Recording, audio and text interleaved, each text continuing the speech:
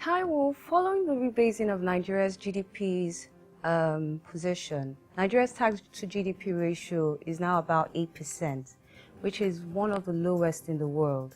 What are some of the key findings from IMF's survey on the tax-to-GDP ratios? Thank you, Siri. So very interesting, actually. What the IMF did was to look at the relationship between tax-to-GDP ratio and economic development across the world. And they discovered that countries, usually once you get to 12.5% minimum to GDP tax ratio, you tend to have significant economic development. And for a lot of developing countries, they were below that. Emerging economies were around 18%, and developed economies were 26% or more. And for Nigeria, even now less than 8%. This goes to say that we all need to work together to ensure that we generate more in tax revenue, not only to meet government needs, but to ensure that there's economic development. Mm-hmm. And in the recent economic environment, especially given the decline in oil revenues, what would you consider to be some of the key strategies that would be adopted by the tax authorities in addressing these alarming statistics? Yeah, I think one fact is we can't continue to do things the same old way and expect a different result. So if we must have an improved rate of tax to GDP ratio, we have to do things differently. And so what we're beginning to see now at the center, that's the FRS, we're seeing a lot of strategy. First, from just trying to create tax awareness, they restructured the FRS to have different zones, and people are focusing on different areas now as we speak.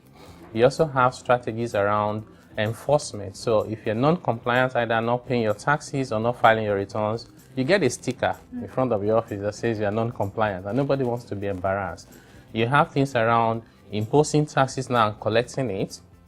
On interim dividend, we're having collaboration between FRS and state authorities. We're having more intelligence gathering, and then the FRS is trying to see how they can use consultants to be able to do tax audit, and they're also talking about joint audit. So there's a lot going on, and it's not limited to the FRS. We're seeing Lagos State doing a few things, Rivers State, and a few others, but this is the direction in which we're going now. Yeah, so it's interesting how we see this playing out, especially looking at some of the global developments that we're seeing now. There's a lot of attention now on tax avoidance, which is quite contrary to what we had known to be center stage, which is tax evasion, as being illegal.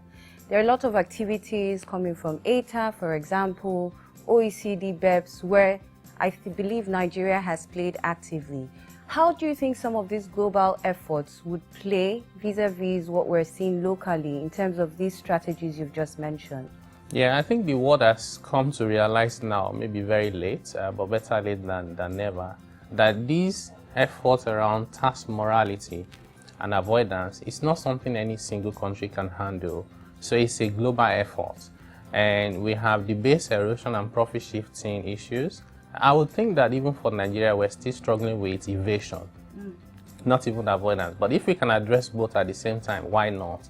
So we've seen the FRS joining initiatives around automatic exchange of information of the OECD. And just a few days ago, the OECD is actually now inviting the rest of the world to say, even if you're not a member, why don't you just come join us so we can do all of this together? So it's an inclusive approach, and I think it's commendable.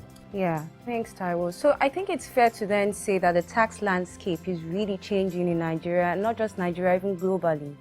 What do you think companies should begin to do, whether now as a strategy to address some of these or for the future, specifically relating to the tax functions within these companies? Yeah, I think business as usual is no longer sustainable. That's a fact.